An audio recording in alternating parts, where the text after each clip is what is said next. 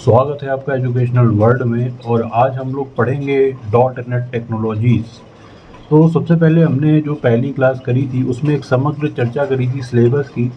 आज हम स्टार्ट करेंगे यूनिट फर्स्ट से, जिसके अंतर्गत देख लेते हैं कि एक बार हमारे कौन कौन से टॉपिक्स हैं जो हमें कवर करने हैं। सबसे पहले जो हमारी यूनिट 1 है उसका नाम है डॉट नेट फ्रेमवर्क। इंट्रोडक्शन है, इसमें कॉमन लैंग्वेज रूटीन है, कॉमन टाइप सिस्टम है, कॉमन लैंग्वेज स्पेसिफिकेशन है, द बेस क्लास लाइब्रेरी है, the dot net class library है, इंटरमीडिएट लैंग्वेज है, जस्ट इन टाइम कंपाइलेशन है और असेंबलीज है, इंट्रोडक्शन टू वेब सर्विसेज है और यूनिफाइड क्लासेज है। मैं एक छोटा सा इंट्रोडक्शन दे देता हूँ। देखिए, इंट्रोडक्शन में तो हम यही पढ़ेंगे कि बेसिक हमारी डॉट नेट फ्रेमवर्क होती क्या है, उसके बारे में हमारी एक चर्चा होगी। Common language routine, common language routine का मतलब यही है कि हम देखेंगे कि किस तरह से एक हमारा पूरा सिस्टम है जो कार्य करता है इसको रन कराने के लिए। कॉमन टाइप सिस्टम में भी हम यही बात करेंगे कि कौन से सिस्टम पर या फिर कौन कौन सी उसकी, अगर हम कहें क्या क्या रिक्वायरमेंट होती है किसी भी प्लेटफॉर्म को इंडिपेंडेंट बनाने के लिए। और कॉमन लैंग्वेज स्पेसिफिकेशन का मतलब यही है कि क्या क्या उसके पार्ट है। जैसे अगर हम बात करें आपकी मोबाइल की, तो मोबाइल का स्पेसिफिकेशन क्या होता है, उसका बहुत ज़्यादा हाई क्वालिटी बेस्ड कैमरा होता है। जो हमारा अपग्रेडेड एंड्रॉयड है वो होता है 4G है या 5G है। तो ये कुछ पैरामीटर है जिससे हम ये आकलन कर सकते हैं कि हमारा स्पेसिफिकेशन क्या है। तो वैसे ही हमारा कॉमन लैंग्वेज स्पेसिफिकेशन है जो पूरा हमारा एक असेंबली लैंग्वेज को मशीन लैंग्वेज से और जो हमारा इंटरफेस होता है उससे कनेक्शन की जो पूर्णता बात करता है वो हमारा कॉमन लैंग्वेज स्पेसिफिकेशन होता है। बेस क्लास लाइब्रेरी क्या होती है? लाइब्रेरी फाइल का मतलब ये होता है कि जो हमारा विजुअल स्टूडियो होता है उसमें बाय डिफ़ॉल्ट कुछ लाइब्रेरी फाइल पहले से इनबिल्ट कराई जाती है, ताकि जो है आप प्री डिफाइंड फंक्शन को डायरेक्ट अपने प्रोग्राम में यूज़ कर सकें। इसके बारे में भी हमारी एक चर्चा होगी। डॉट नेट क्लास लाइब्रेरी होती है। उसके बाद इंटरमीडिएटरी लैंग्वेज होती है। जस्ट इन टाइम कंपाइलेशन होता है जो कि बहुत ज़्यादा इंपॉर्टेंट है, पेपर में आता ही आता है और इससे क्वेश्चन भी हर बार पूछे जाते हैं। और असेंबलीज़ की बात कर लेंगे, फिर वेब सर्विसेज की और यूनिफाइड क्लासेस भी बहुत ज़्यादा इंपॉर्टेंट है, इसकी भी हम एक चर्चा कर लेंगे। तो चलिए प्रारंभ करते हैं अपनी विषय वस्तु को। सबसे पहले हम लोग देख लेते हैं, यहाँ पर आप लोग देख पा रहे होंगे अंडरस्टैंडिंग डॉट नेट। तो बेसिकली डॉट नेट इंट्रोडक्शन की बात करें तो dot net is a new framework for developing web based and Windows based application for the Microsoft environment. Basically अगर हम बात करें तो देखिए बहुत सारे तरीके होते हैं जो हमारे वेबसाइट क्रिएशन को और या फिर हम कहें डेवलपमेंट प्रोसीजरल को जो फॉलो करते हैं। बट अगर डॉट नेट अगर हम ऑप्ट करते हैं तो ये हमारा जो एक कह सकते हैं जॉब ओरिएंटेड कोर्स भी है और इससे जो हमारा कैरियर भी बन सकता है और साथ ही साथ हम कुछ नया सीखने को बहुत ही आसान और कम टाइम में इससे कोई भी वेब एप्लीकेशन को आसानी से जो है हम इसमें क्रिएट कर सकते हैं। उसके बाद अगर हम बात करें तो the framework offer a fundamental snippet of Microsoft strategy. It moves application development from client centric to server centric. तो बेसिकली ये जो आपका डेवलपमेंट है स्कीम, ये दोनों साइड आपका वर्क करती है, क्लाइंट साइड भी और सर्वर सेंट्रिक में भी।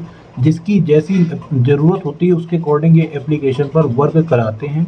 और ख़ास तौर से मैं माइक्रोसॉफ्ट की तारीफ़ करना चाहूँगा कि उसने इतना बृहद प्लेटफॉर्म हम लोगों को दिया है कि आप अपनी कोई भी सर्विसेज है या क्लाइंट कोई भी रिक्वेस्ट करेगा कि हमें ये प्रोडक्ट चाहिए, तो वो सारी आप एप्लीकेशन बना के जो है डॉट नेट पे ईजिली जो है रन करा सकते हैं।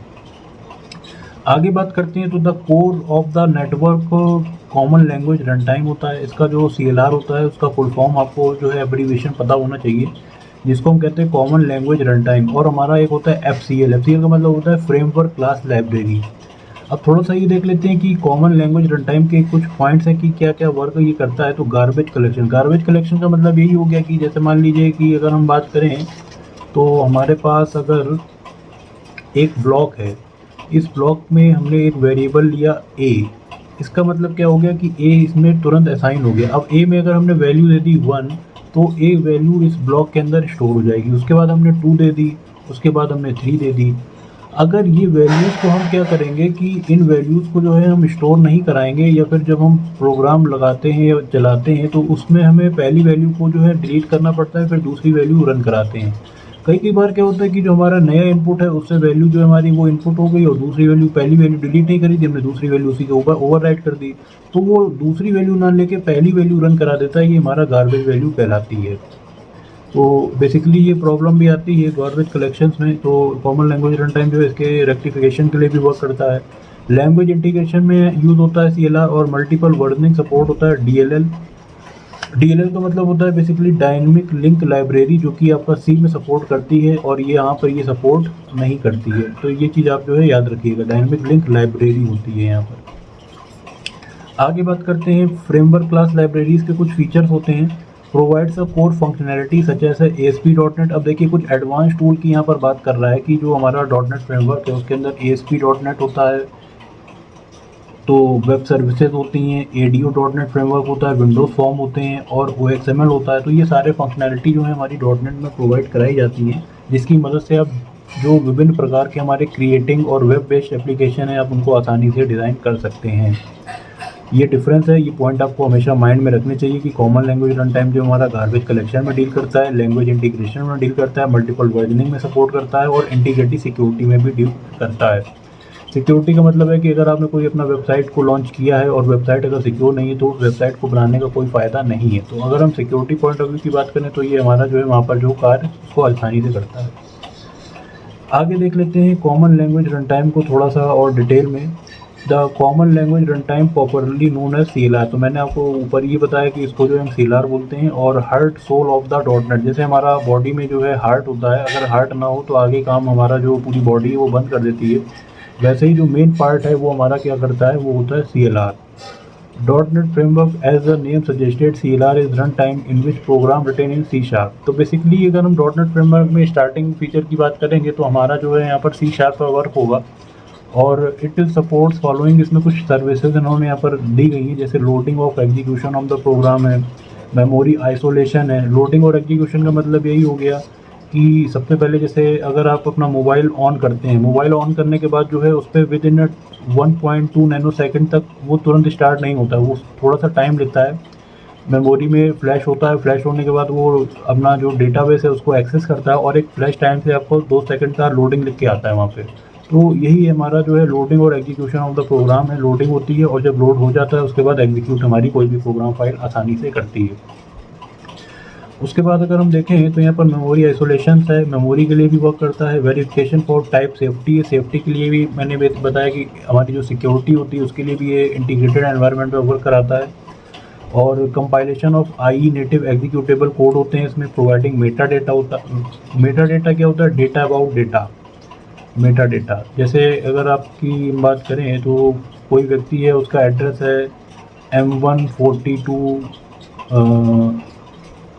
सिडनी, तो इसका मतलब है कि उस व्यक्ति का ये तो एड्रेस है, लेकिन अगर उसकी और इन्फॉर्मेशन हमें चाहिए तो उसके पास कार है तो कार का नंबर क्या है, या मोबाइल है तो मोबाइल का नंबर क्या है। तो ये डेटा से एक दूसरे डेटा से हम उसी की और इन्फॉर्मेशन को एक्सेस कर पाएंगे, हमारा मेटा डेटा कहलाता है।